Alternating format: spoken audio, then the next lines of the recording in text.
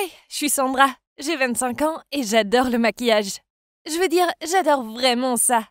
Je n'ouvre même pas à la porte au facteur, le visage nu. Ma fascination pour le maquillage a commencé quand j'étais petite. Ma mère était une célèbre blogueuse beauté et a même créé sa propre marque de cosmétiques. Tout le monde, des mannequins de renom aux actrices d'Hollywood, voulaient utiliser ses produits. À l'époque, l'industrie était différente. Il ne s'agissait pas de YouTube et de différents canaux médiatiques. Au lieu de ça, des gens comme ma mère devaient emprunter des voies différentes pour promouvoir leurs produits. Je me souviens de la sensation incroyable en entrant dans une pharmacie et en voyant le maquillage de ma mère sur les étagères. Mais ensuite, le monde de ma mère s'est effondré. Et tout ça à cause d'une mannequin trop nulle. Je savais qu'il se passait quelque chose quand mon père est venu me chercher à l'école. Il venait presque jamais me chercher, maman le faisait toujours. Et plus bizarre encore, il ne m'a pas dit un seul mot. Puis je suis entrée dans la maison et j'ai trouvé ma mère devant le miroir en train de se maquiller. Ma mère était une femme glamour et parfaite. Je ne l'avais jamais vue comme ça avant. Je me souviens de l'avoir simplement regardée sans savoir ce que je devais faire ou dire. Puis elle s'est mise à pleurer, ce qui a fait couler le maquillage sur son visage. Je me souviens avoir pensé qu'elle ressemblait à un clown effrayant. Elle semblait tellement hors de contrôle. Mon père lui a dit d'un ton sévère : « Tu veux bien te regarder ? Comment peux-tu laisser Sandra te voir comme ça ? » Puis il m'a couvert les yeux et m'a sorti de là. Je lui ai demandé ce qui se passait. Il a soupiré. Il m'a raconté comment une mannequin avait eu une mauvaise réaction au produit pendant la retransmission en direct sur le web de ma mère et que maintenant elle se faisait soigner à l'hôpital dermatologique. Elle a rejeté la faute sur les produits cosmétiques de ma mère, ce qui signifiait que les équipes de presse et la police étaient désormais impliquées. À présent, l'industrie de la beauté boycottait la gamme que ma mère avait travaillé si dur à créer. Le lendemain, après l'école, ma mère semblait de bonne humeur. Elle m'a emmené boire un milkshake et nous avons chanté sur des airs de Disney dans la voiture. Je pensais que tout était rentré dans l'ordre, mais nous sommes arrivés à la maison et elle m'a fait asseoir et m'a dit « Sandra, tu vas être mon modèle et sauver cette famille. » Puis elle s'est filmée en train d'appliquer ses produits de maquillage sur moi. Elle s'est tournée vers la caméra et a dit « Vous voyez, j'ose utiliser mes produits sur la peau délicate de ma fille parce que je sais qu'ils sont absolument sans danger. » Le problème est que les images d'une jeune fille se faisant maquiller sont ennuyeuses par rapport aux images choquantes d'une célèbre mannequin à la peau brûlée. Toutes les marques lui ont tourné le dos, et elle est passée du jour au lendemain du statut d'entrepreneur à grand succès à celui d'une personne blacklistée. Une enquête a par la suite prouvé que les lésions cutanées du mannequin étaient dues à de dangereuses fausses injections de Botox, et non aux produits de ma mère. Mais c'était un peu trop tard, car ma mère avait déjà perdu tous ses contrats et partenariats, et l'argent dépensé dans des procès coûteux a mis ma famille en faillite. Après ça, ma mère a laissé l'industrie de la beauté derrière elle. Mais cet après-midi-là a changé ma vie. J'ai toujours eu le sentiment d'avoir de l'estime pour moi-même, car j'ai grandi dans un environnement plein de beauté célèbre. Mais ce jour-là, après avoir été maquillée par ma mère, je me suis sentie si jolie. Je me suis regardée dans le miroir et je me suis retrouvée comme toutes les filles de rêve que j'avais vues dans mon enfance. Ma nouvelle belle apparence m'a rendue plus confiante. Depuis lors, j'ai commencé à me maquiller. Et cette obsession ne s'est pas arrêtée jusqu'à ce que je grandisse. À l'âge de 14 ans, on ne me verrait pas quitter la maison sans avoir mis un maquillage complet. Cela m'a donné cette confiance supplémentaire et m'a permis de me sentir prête à affronter la journée. Quand je me maquillais, le fait que mes parents soient pauvres n'avait pas d'importance. Je me sentais belle et je pouvais supporter le monde. Aujourd'hui, à 25 ans, j'adore toujours le maquillage. Je me suis avouée accro au maquillage. Même mon petit ami Chris n'a jamais vu mon visage nu.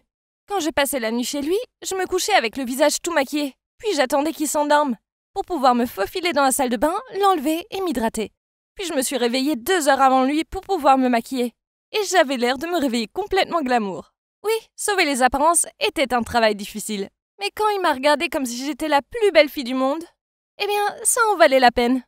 Seulement une fois, Christophe s'est réveillé tôt et m'a surprise en train de me maquiller.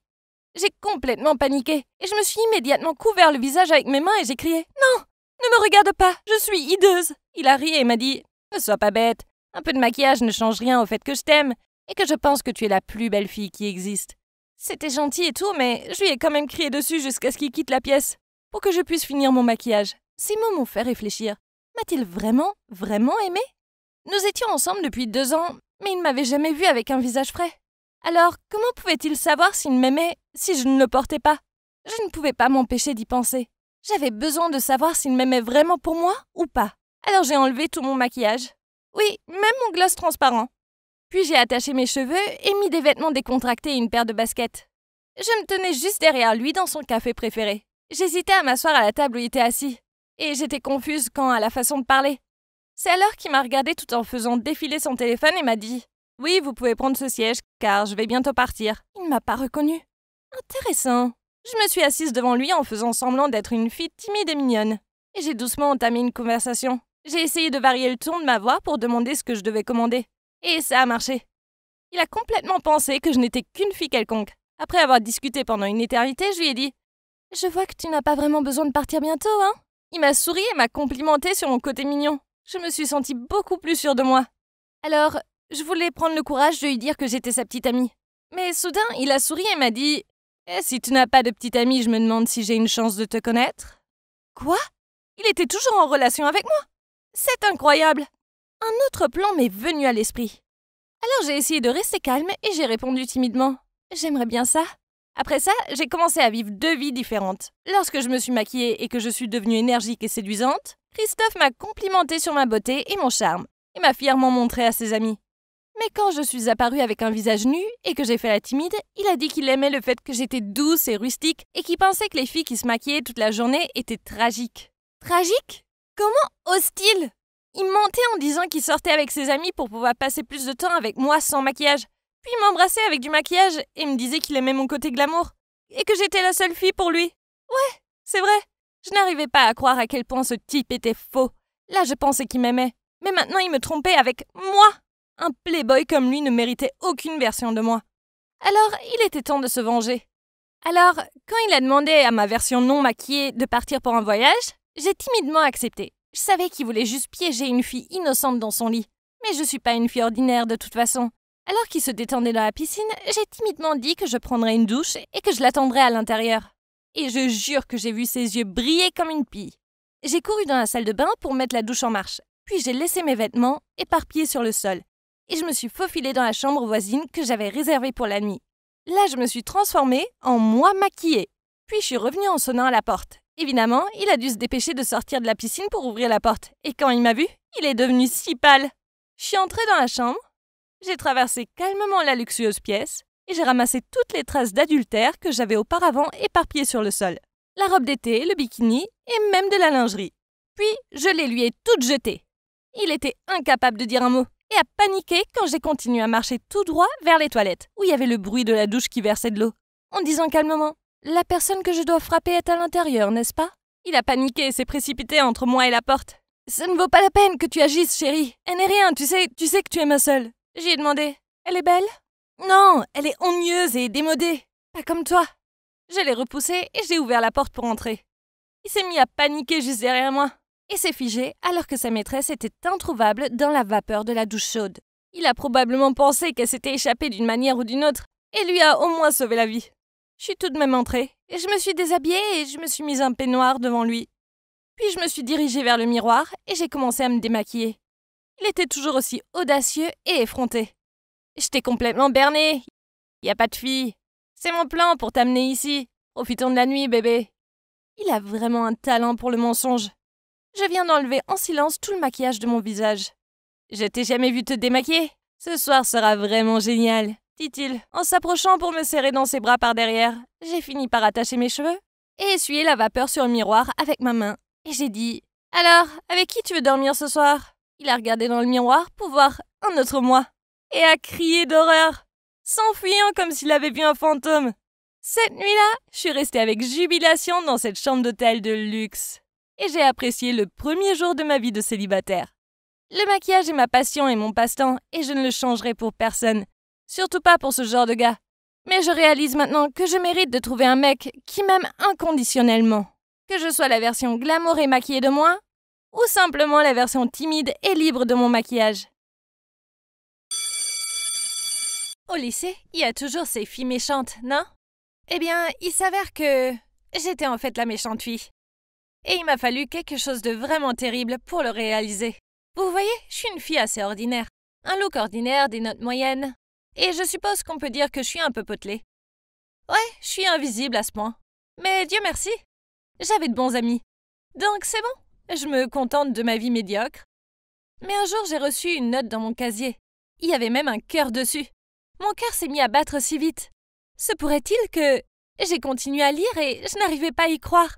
Ça venait d'un gars appelé Dave. Et il confessait ses sentiments pour moi. Il a même laissé son numéro de téléphone. J'étais stupéfaite. Et puis je suis arrivée à la fin de la note et la réalité m'a frappée en plein visage. J'attends ton appel, Sarah. Ce n'était pas pour moi. C'était pour Sarah. Bien sûr, c'était pour Sarah. Tous les garçons l'aimaient bien. Et qui ne l'aimerait pas? Elle était la plus jolie fille de l'école. Et son casier était juste à côté du mien. Donc il avait juste fait une erreur. J'étais sur le point de la mettre dans son casier quand je l'ai vu marcher vers moi. J'ai essayé de cacher ma déception, que le mot n'avait pas été pour moi. Cela me rendait folle de la voir rebondir vers moi, avec ses cheveux blonds bouclés et son sourire magnifique. Quand elle m'a vue, elle a commencé à faire la conversation et m'a même complimenté sur ma veste. C'était tellement bizarre. Qu'est-ce qu'il y a de si bien à parler de ça? Ce compliment était-il une sorte de sarcasme ou quelque chose comme ça? Cette fille angélique m'a toujours donné des sentiments de malaise. Je parie qu'elle est ce genre de fille méchante qui se contente d'être gentille avec toi, puis qui rentre à la maison et met ton nom dans son livre d'injures. Quand elle est partie, j'ai déchiré le mot et je l'ai mis dans mon sac. Plus tard ce soir-là, j'ai fait quelque chose de fou. J'ai envoyé un SMS à Dave, en me faisant passer pour Sarah. Je ne sais pas pourquoi j'ai fait ça, mais après quelques échanges de textos, c'est devenu assez amusant. Je l'ai cherché sur les réseaux sociaux et je n'arrivais pas à croire à quel point il était beau. Il avait 1 an de plus et ses cours étaient donc dans un autre bâtiment. Pas étonnant que je ne l'avais jamais remarqué avant. Même nos cafétérias étaient dans des bâtiments différents, donc il ne m'avait probablement jamais vu non plus. Non pas qu'il me remarquerait de toute façon. Je me suis sentie si sauvage en lui envoyant un message. Je n'avais jamais rien fait de tel auparavant, et c'était en fait assez amusant de se faire passer pour Sarah. Je pouvais lui parler si librement, et je n'avais pas besoin de trop réfléchir si je parlais comme une perdante. Parce que dans ces moments-là, j'étais Sarah, la fille la plus populaire de l'école. Et c'était incroyable. Peu importe ce que je disais, parce que je savais que David pensait que j'étais Sarah, et donc tout ce que je lui disais était drôle ou mignon. J'ai même dit à ma meilleure amie Clara ce que je faisais, et elle a été étonnée que j'ai eu le courage de faire une telle chose. Je lui ai montré nos textes, et elle m'a dit « Waouh, t'es folle !» Mais j'ai continué à lui envoyer des textos, et j'ai fini par me rendre compte que je ne pouvais pas m'arrêter. Je ne savais pas combien de temps je pourrais continuer avant de me faire prendre, mais je me suis dit que je m'ennuierais de toute façon avant. Mais un jour, il m'a demandé de le rencontrer après l'école, et je me suis figée. Évidemment, je ne pouvais pas le rencontrer, ni le laisser approcher la vraie Sarah dans la vraie vie. Alors j'ai inventé une excuse sur le fait que mes parents étaient super stricts et que j'aurais des ennuis si quelqu'un nous voyait. Mais il a insisté en disant qu'il avait un cadeau pour moi. Alors je lui ai dit de plutôt le laisser sur le dessus du distributeur automatique pour moi. À ma grande surprise, il a pensé que c'était une idée vraiment romantique. Et il a donc accepté. Tout au long de la semaine suivante, il m'a laissé un cadeau tous les jours. Un jour, c'était un petit cristal en forme de rose. Le lendemain, c'était un livre de poésie. C'était mignon. Je ne m'attendais pas à une telle délicatesse de la part d'un sportif. Et puis, il m'a demandé de le rencontrer au match de basket ce vendredi-là. Il avait l'air si sérieux. Je suppose que sa patience était à bout. Bien sûr, il serait trop absurde d'aller à la même école, mais on ne s'est pas vu du tout pendant 2 semaines d'affilée, n'est-ce pas? Je n'avais pas d'autre choix que d'accepter. Mais la panique s'est installée. C'était la finale d'un grand tournoi à l'école, donc tout le monde y allait. Et Sarah sera là aussi. Et si David la voyait? Non, ce serait un désastre. Ma vie serait finie s'il savait ce que j'avais fait. J'ai demandé à Clara ce que je devais faire, et elle m'a répondu « Quoi? Tu n'as pas encore mis fin à cette histoire d'usurpation d'identité? Tu dois lui dire maintenant, avant qu'il ne soit trop tard. » Elle m'avait traité d'usurpateur d'identité. J'étais tellement offensée que j'ai pris la fuite. Et j'ai dit que je ferais mon propre plan sans son aide. Je savais exactement ce que j'allais faire. En rentrant chez moi, j'ai fouillé dans l'armoire à pharmacie de ma mère et j'ai trouvé son sirop laxatif. J'en ai versé un peu dans une boisson fruitée que j'avais achetée. Évidemment, j'ai suivi les instructions et j'en ai versé seulement un peu. Je voulais dire, je ne voulais pas assommer Sarah, je voulais juste lui en donner assez pour qu'elle rate le match. Je ne savais pas à quel point tout cela allait se développer. Après arriver à l'école le lendemain, je me suis assurée d'être en avance et je l'ai mis sur le bureau de Sarah. Mais j'ai entendu des bruits de pas et j'ai failli mourir de peur. Heureusement, c'était juste Clara. Et quand elle a demandé ce que je faisais, j'ai juste dit que j'avais vu un garçon déposer ça sur le bureau de Sarah et que j'étais jalouse, alors j'ai jeté un coup d'œil. Sarah l'a ensuite pris sans hésitation, car recevoir des cadeaux d'admirateurs secrets n'était pas nouveau pour elle. Eh bien, succès. Après la séance de sport, plus tard dans la journée, Sarah l'a bu. Mais le désastre a frappé. Ses amis voulaient aussi en boire une gorgée, alors elle l'a fait circuler. Et à mon grand désarroi, Clara en a pris une gorgée aussi. J'ai voulu sauter et les arrêter, mais je n'ai pas pu. dans le cours suivant, tout le monde a commencé à courir vers les toilettes. C'était tellement gênant. Heureusement, Clara n'a fait qu'un seul tour aux toilettes. Puis, elle s'en est sortie. Elle pensait qu'elle avait juste mangé quelque chose de mauvais. Si seulement elle savait la vérité. Sarah a dû boire beaucoup plus que les autres, car elle avait encore l'air pâle après plusieurs allers-retours. Pendant la pause, je suis allée la voir et lui ai demandé si elle allait bien. Puis, je lui ai suggéré de rentrer chez elle et de se reposer. Et je lui ai même proposé de l'aider à marcher jusqu'à sa voiture. À ce moment-là, j'étais en fait plus inquiète pour elle que pour mon plan. Mais bon, mon plan a quand même fonctionné. Plus tard dans la nuit, Dave m'a envoyé un SMS me disant qu'il m'avait pas trouvé au match de basket. Enfin, moi, c'est-à-dire Sarah. Je lui ai dit que je ne me sentais pas bien. Et il m'a dit qu'il m'enverrait un cadeau le lendemain pour que je me sente mieux. C'est à ce moment-là que Clara est venue me voir et m'a confrontée. Elle a fait irruption dans ma chambre en disant « Je sais ce que t'as fait, cette fois c'est trop !» Puis elle a dit qu'elle avait vu le sirop dans mon sac à dos. J'étais stupéfaite. Mais je lui ai dit qu'il était temps que ces filles méchantes goûtent à leur propre médecine. Mais elle était furieuse. Elle a dit « Tu es ridicule. Sarah n'est pas une fille méchante. Elle est si gentille. Elle est même gentille avec toi. Et tu es à ce point aveuglée par la jalousie que tu tomberais si bas pour lui faire du mal? Tu sais quoi? Tu es la seule fille méchante ici. » À ce moment-là, elle est partie en trombe, me laissant là toute seule. Je suis restée figée, abasourdie. Que s'est-il passé? Qu'est-ce que je viens d'entendre? C'est moi la méchante fille? Ça ne peut pas être vrai, n'est-ce pas? Est-ce que Clara était au moins mon amie? Comment pouvait-elle me dire ça? Elle n'arrêtait pas de m'appeler usurpateur d'identité et puis méchante fille. Cette fille était vraiment trop. Mais ces mots s'attardaient dans mon esprit. J'y pensais.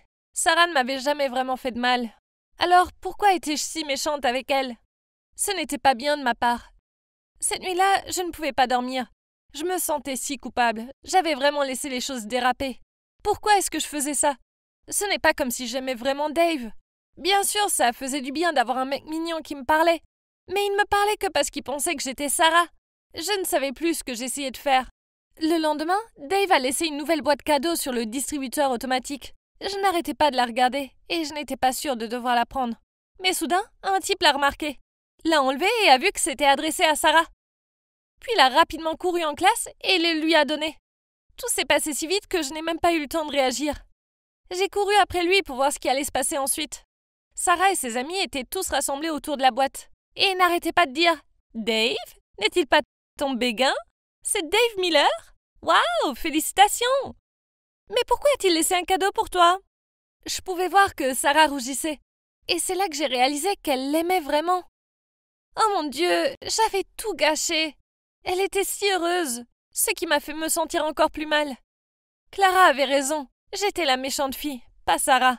J'ai dû agir rapidement avant que Sarah ne trouve Dave et qu'ils ne découvrent tous les deux la vérité. J'ai envoyé un SMS à Dave et lui ai demandé de me retrouver au parc en secret. Dès que je suis arrivée, j'ai pu voir qu'il était déjà là, attendant avec impatience. Je me suis cachée derrière un arbre au loin et je l'ai appelé. Puis je lui ai demandé de me laisser m'expliquer d'abord. Je lui ai dit que je n'étais pas Sarah et que j'avais fait ça parce que j'en avais juste assez de me sentir comme une perdante. Mais je ne m'attendais pas à aller trop loin. Je suis désolée, je lui ai dit. Il était tellement confus et un peu en colère au début. Mais au bout d'un moment, il m'a dit qu'au collège, il avait été un peu un moins que rien et qu'il pouvait donc comprendre d'où je venais. Mais qu'il avait besoin de temps pour digérer tout ça. Quand il était sur le point de raccrocher, je lui ai dit « Attends !» Puis j'ai couru vers lui et je lui ai dit que j'étais la fille au téléphone et que j'avais de bonnes nouvelles pour lui. Que la vraie Sarah l'aimait bien aussi. Et qu'il n'avait qu'à aller la chercher. Il n'avait pas l'air sûr de lui et il a dit « Tu ne me mens pas encore, n'est-ce pas ?» Alors j'ai dit « Je le jure, elle a le plus grand béguin pour toi. S'il te plaît, laisse-moi me rattraper pour tout ça. Je t'aiderai. » Il avait l'air si heureux et je me sentais mieux en sachant que j'aidais ce couple heureux à se réunir. Ils se méritaient l'un l'autre. Je l'ai même aidé à choisir le prochain cadeau pour Sarah. Ouais, la vraie Sarah cette fois. Et depuis lors, je suis devenue en quelque sorte son allié. Quant à Clara, bien sûr, je lui ai présenté mes excuses et l'ai remerciée d'être une bonne amie et de m'avoir raisonné. Et maintenant, Sarah et Dave sont officiellement un couple. Et je traîne même avec eux parfois.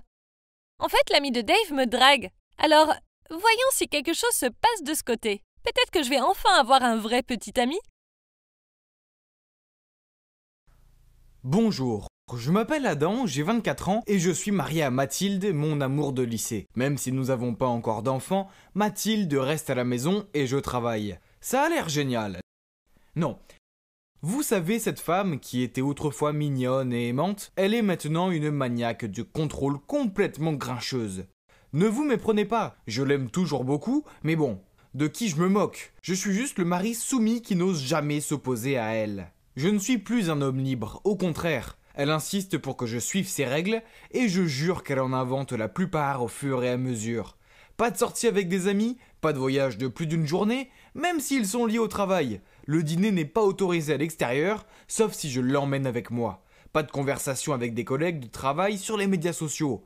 Je n'ai même pas le droit de m'endormir avant elle, sinon elle me réveille en me criant dessus. Si j'osais enfreindre ces règles, je devais faire ça aux conséquences. Et croyez-moi, elle ne valait pas la peine d'y penser. Par exemple, une fois, je suis resté un peu tard au travail et le lendemain, elle m'a préparé des sandwichs moisis. Je n'ai pas remarqué avant d'en avoir pris une grosse bouchée. C'était dégoûtant. Une autre fois, j'ai rendu visite à mes parents après le travail sans elle. Et elle a rendu mes chemises blanches roses. J'ai dû aller au travail en ressemblant à la panthère rose. Et tous les jours, je rentrais du travail pour entendre ces plaintes interminables. Elle pouvait se plaindre des choses les plus ridicules, telles que la flaque d'eau à l'extérieur de notre maison, qui signifie qu'elle ne pouvait pas aller se promener, car elle ne voulait pas abîmer ses chaussures. Et elle avait accidentellement bu du café normal au lieu du déca. Et maintenant, elle avait un mal de tête. Et ça continuait encore et encore. Et puis, c'est une vraie stalkeuse. Ouais, on dirait que tout ce qu'elle fait toute la journée, c'est espionner nos voisins. Sais-tu que le voisin de droite se promène dans son jardin avec une robe de chambre rose et des pantoufles à sa femme? Et que la voisine d'en face chante des airs de Noël à son chien? Oh, on s'en fout. Même si j'ose me moquer ou montrer quelque chose de forme de désintérêt, elle me crie dessus. Alors je prétendais être intéressé en disant des choses comme « C'est vrai ? Oh, c'est bien. Continue s'il te plaît. » Le harcèlement ne s'arrêtait pas non plus lorsque j'étais au travail, car elle m'envoyait constamment des SMS me demandant de rentrer plus tôt à la maison pour réparer l'ampoule, le robinet ou tout autre objet qu'elle avait réussi à casser. Bon sang, pourquoi y avait-il tant de choses cassées ces derniers temps? Faisait-elle exprès de les abîmer pour que je ne me précipite à la maison, après le travail, pour les réparer? Non, ça ne peut pas être possible, pas vrai? Une fois pendant le travail, elle m'a envoyé un message disant que la machine à laver fuyait de partout et m'a demandé d'appeler un réparateur. Je ne comprenais pas pourquoi elle ne pouvait pas en appeler un elle-même, puisque j'étais au travail. Quoi qu'il en soit, j'ai oublié de le faire. Alors elle a appelé sur mon numéro professionnel et a exigé que je rentre chez moi immédiatement. Le problème, c'est que c'est mon collègue de travail qui a répondu au téléphone. Le pauvre gars a dû tenir le téléphone loin de lui car elle criait si fort. « Tu l'as cassé, rentre chez toi et répare-la immédiatement !» J'ai pris le téléphone de mon collègue et j'ai répondu « en quoi c'est ma faute ?» Elle a répondu « Eh bien parce que tu portes 3 tenues en une journée et moi seulement une. Donc c'est toi qui l'as cassée, pas moi. Alors viens la réparer. » Oui, mais je n'ai pas vu la logique dans son argumentaire. Je ne savais plus qui elle était, ni où était passée la belle Mathilde d'autrefois. Ah, comme j'avais envie d'être à nouveau célibataire. Puis, alors que je pensais que les choses ne pouvaient pas empirer, eh bien elles l'ont fait. Mon entreprise fêtait son 10e anniversaire. Mon patron a donc organisé une fête et a invité tous les collaborateurs et leurs familles. Oh non, la dernière chose dont j'avais besoin était que ma femme qui me contrôlait m'embarrasse. Mais Mathilde a vérifié mes mails et a découvert la fête. Elle a immédiatement répété sa règle. Le dîner n'est pas autorisé à l'extérieur, sauf si tu m'emmènes avec toi. J'ai forcé un sourire et fait semblant d'être content qu'elle se joigne à moi. J'espère que rien ne se passera. Nous étions à la fête depuis 5 minutes et je souriais poliment à ma collègue. Quand Mathilde est devenue rouge de colère, a renversé son vin sur la robe de cette femme et a dit « oups » et est partie. J'ai passé des serviettes à ma collègue et je me suis excusé. Pourquoi Mathilde était-elle si enfantine? Je ne pouvais pas perdre mon travail à cause de ces crises de jalousie. Puis je l'ai trouvée en train de parler à mon patron. En fait, elle lui criait dessus parce que je faisais trop souvent des heures supplémentaires. Mais quoi? Mon patron était furieux. Maintenant, j'étais sûr que j'allais finir par être licencié. Mais Dieu merci, grâce à un miracle et à beaucoup de supplications auprès de mon patron, je n'ai pas perdu mon emploi. Je me sentais si mal à propos de tout ça. Alors, pendant une de mes pauses déjeuner, j'ai appelé mon ami Martin. Je le connaissais depuis des années. En fait, à l'époque de l'école, il avait le béguin pour Mathilde. Et nous avons tous les deux essayé de gagner son cœur. Bref, c'est du passé. J'avais besoin de me défouler, alors je lui ai dit « À l'école, toi et moi, nous avons pourchassé Mathilde. On s'est même battu pour elle. À l'époque, je pensais avoir gagné, mais maintenant, je pense que c'est toi qui as eu de la chance. » Martin a répondu « Tu sais pourquoi ta vie de couple est si étouffante? c'est parce qu'elle t'aime trop. Si vous avez besoin de plus de liberté, c'est très facile, il suffit de faire en sorte que ta femme t'aime moins. Ne t'inquiète pas, je suis là pour t'aider. À ce moment-là, j'étais prêt à tout essayer. De plus, c'était mon ami, donc il me soutenait, n'est-ce pas? Alors le plan était de trouver à Mathilde un travail exigeant dans une autre ville. Comme ça, je n'aurais qu'à la voir que les week-ends. J'ai donc demandé à mon vieil ami de laisser Mathilde travailler comme présentatrice de nouvelles sur sa station de radio, sur le point de faire faillite. Mathilde était si contente quand elle a reçu l'offre d'emploi, elle m'a supplié de quitter mon travail et de partir avec elle. Mais je n'étais pas d'accord. J'ai trouvé des excuses en disant que mon travail était trop bon pour que je le quitte. Et je l'ai encouragé en lui disant que c'était une bonne opportunité pour elle, et que je lui rendrais visite les week-ends. Après ça, la vie à laquelle j'ai toujours rêvé est arrivée. C'était un tel bonheur de rentrer du travail sans qu'elle m'harcèle. Je pouvais poser mes pieds sur le canapé, m'endormir quand je voulais et sortir dîner avec mes collègues sans avoir à l'emmener avec moi. Mais la maison était calme, trop calme. Oui, il n'a pas fallu longtemps pour que je me trouve à me languir d'elle. J'ai même dormi en serrant un de ses pulls. Puis tout d'un coup, tout a pris un sens. Mathilde avait agi de la sorte parce qu'elle s'ennuyait et se sentait seule, coincée à la maison toute la journée. Elle avait envie de me parler, mais je ne faisais que de me moquer d'elle.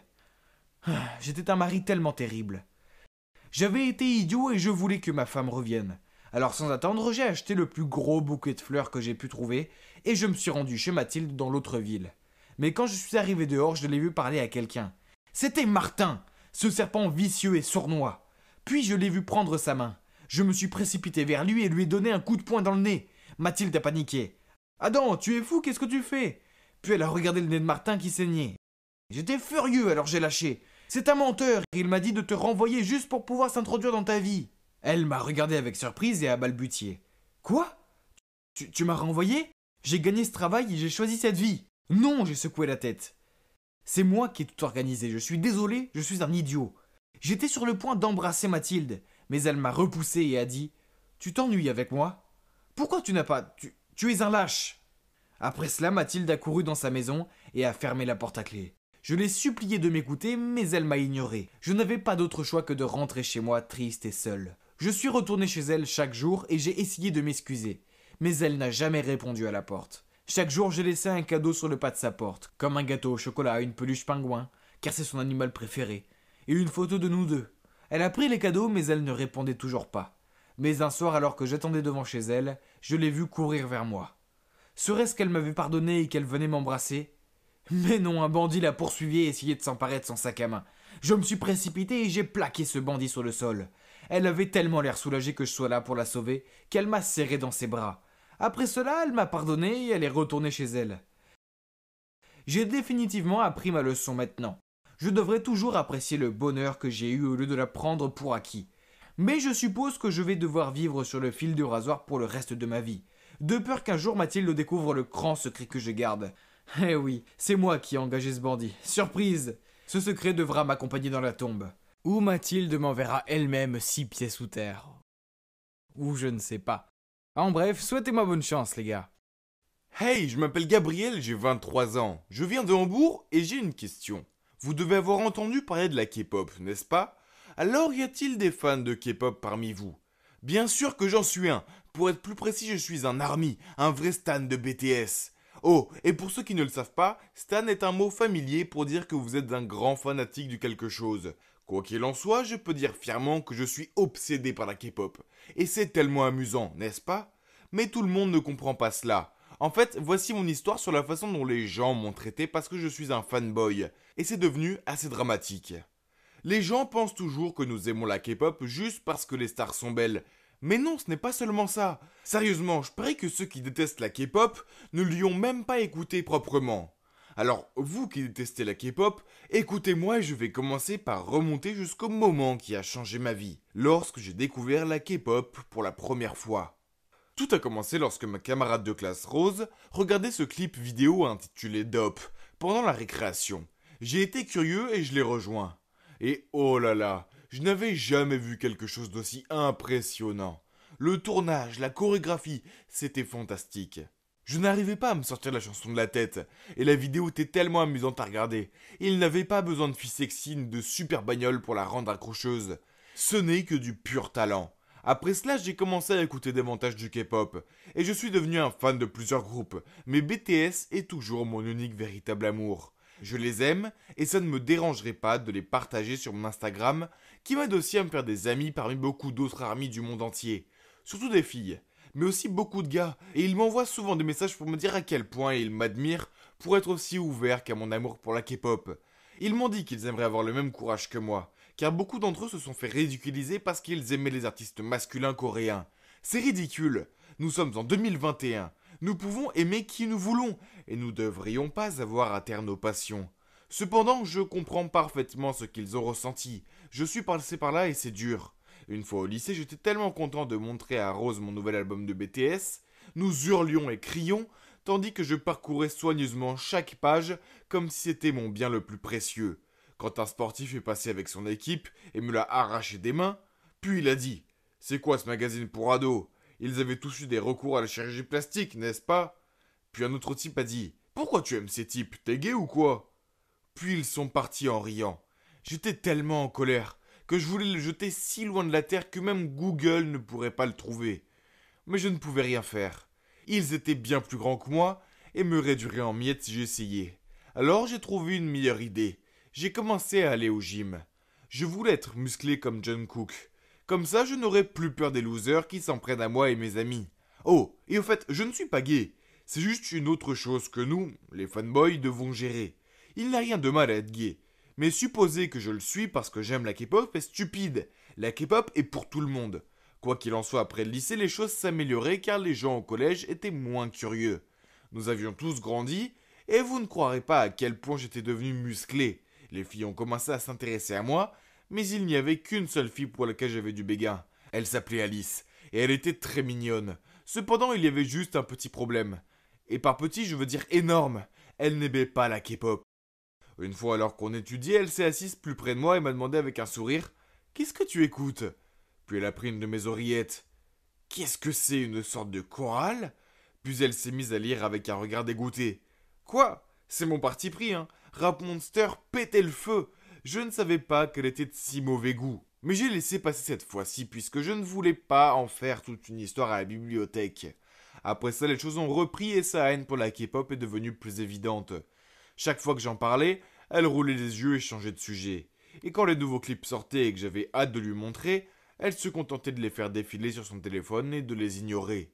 À part ça, elle était toujours si gentille, et on a continué à sortir ensemble. Mais nous n'aurions pas dû. Une fois nous traînions au centre commercial, c'était un jour assez spécial pour moi car c'était l'anniversaire des débuts de BTS. J'étais si content et j'avais même mis mon sac à bandoulière BTS avec un porte-clés Koya pour compléter le look. Je trouvais que j'avais l'air très cool, mais Alice a éclaté de rire quand elle m'a vu et m'a dit « Oh mon Dieu, tu as emprunté le sac à ta sœur ou quoi ?» J'ai essayé de lui expliquer et lui ai dit « Non, c'est le mien et c'est mon bébé Koya. » Mais elle m'a juste coupé et a roulé des yeux en disant que nous serions en retard pour le cinéma. Elle a un peu cassé mon ambiance, mais c'était la journée des BTS, alors je ne voulais pas que quelque chose le gâche. On faisait la queue pour acheter du popcorn quand j'ai senti quelqu'un me taper sur l'épaule. Excusez-moi, je n'ai pas pu m'empêcher de remarquer votre Koya. Êtes-vous peut-être un Army ? Et j'ai terminé sa phrase par un cri. On était tellement contents qu'on a parlé dans un charabia que seuls les Army pouvaient comprendre. Il s'est avéré que J-Hope était son idole, et qu'il s'appelait Louis. Puis il m'a même offert des cartes photos qu'il venait d'imprimer.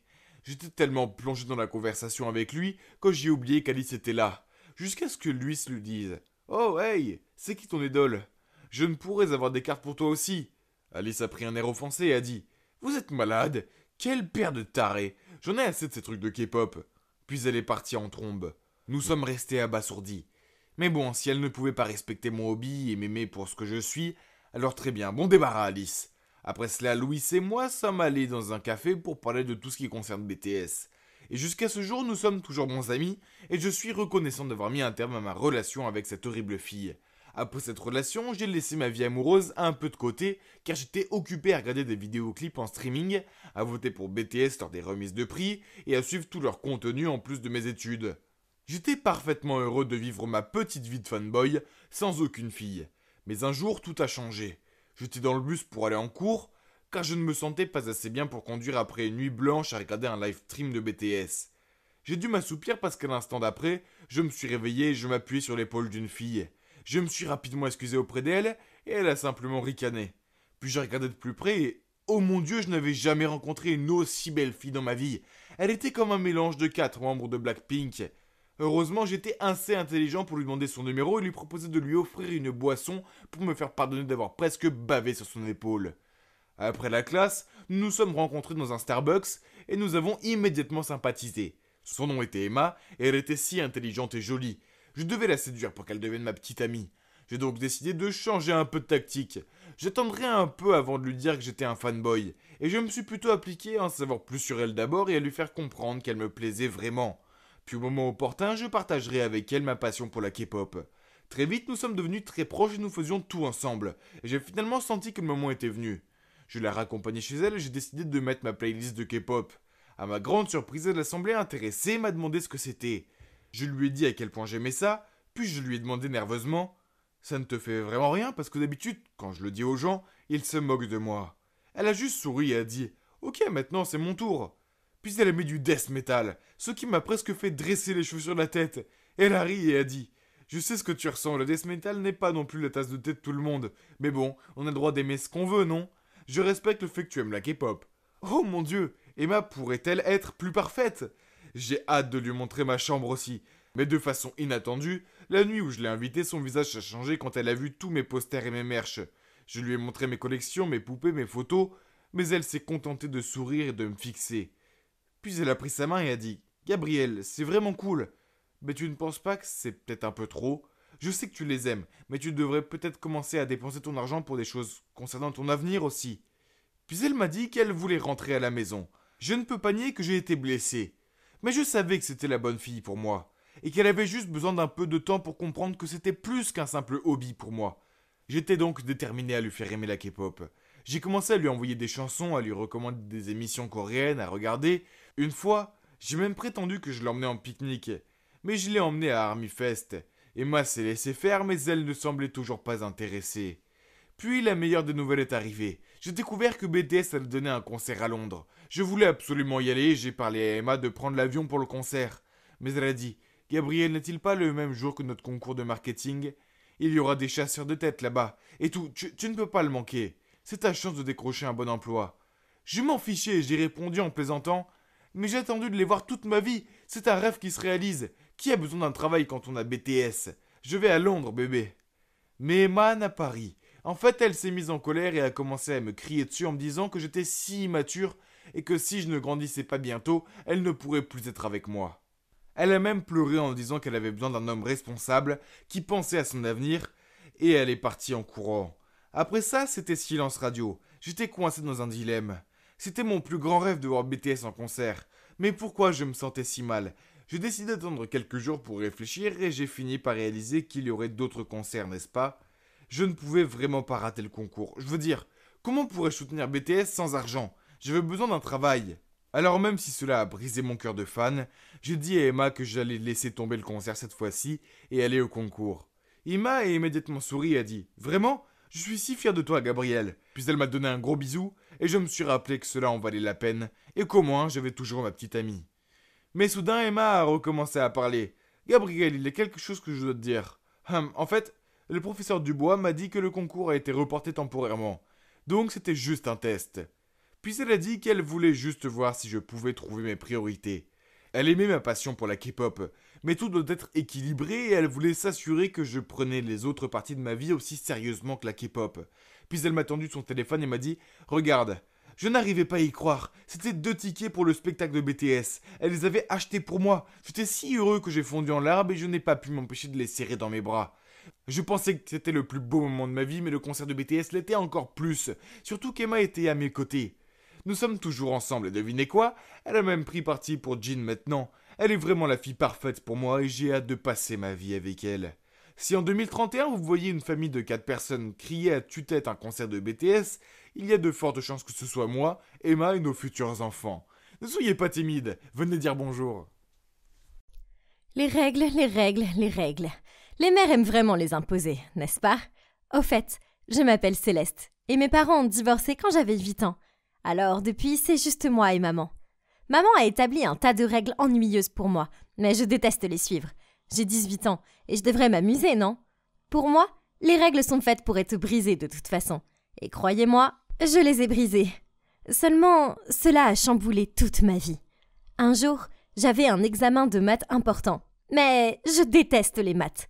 Alors, au lieu de ça, j'ai séché l'école et je suis allée au cinéma avec mes amis. Pour information, le dernier film Avengers venait juste de sortir. Et il était hors de question que je le rate et que je me fasse critiquer. Peut-être que ma mère m'aurait donné une punition pour quelques semaines, mais ce n'est pas trop grave. Pas vrai? En arrivant à la maison, j'ai trouvé ma mère qui m'attendait. Elle m'a regardée et elle a dit « Céleste, j'ai reçu un appel intéressant de l'école. Il s'avère que tu n'y étais pas de toute la journée. Alors, où étais-tu ? » « Oh non, grillée !» J'ai juste haussé les épaules et répondu « Dehors. C'est à cause de tes amis. Ils ont une mauvaise influence sur toi. » Je me suis dirigée vers ma chambre. « Céleste, reviens ici et parlons » a-t-elle crié après moi. Mais je l'ai ignorée.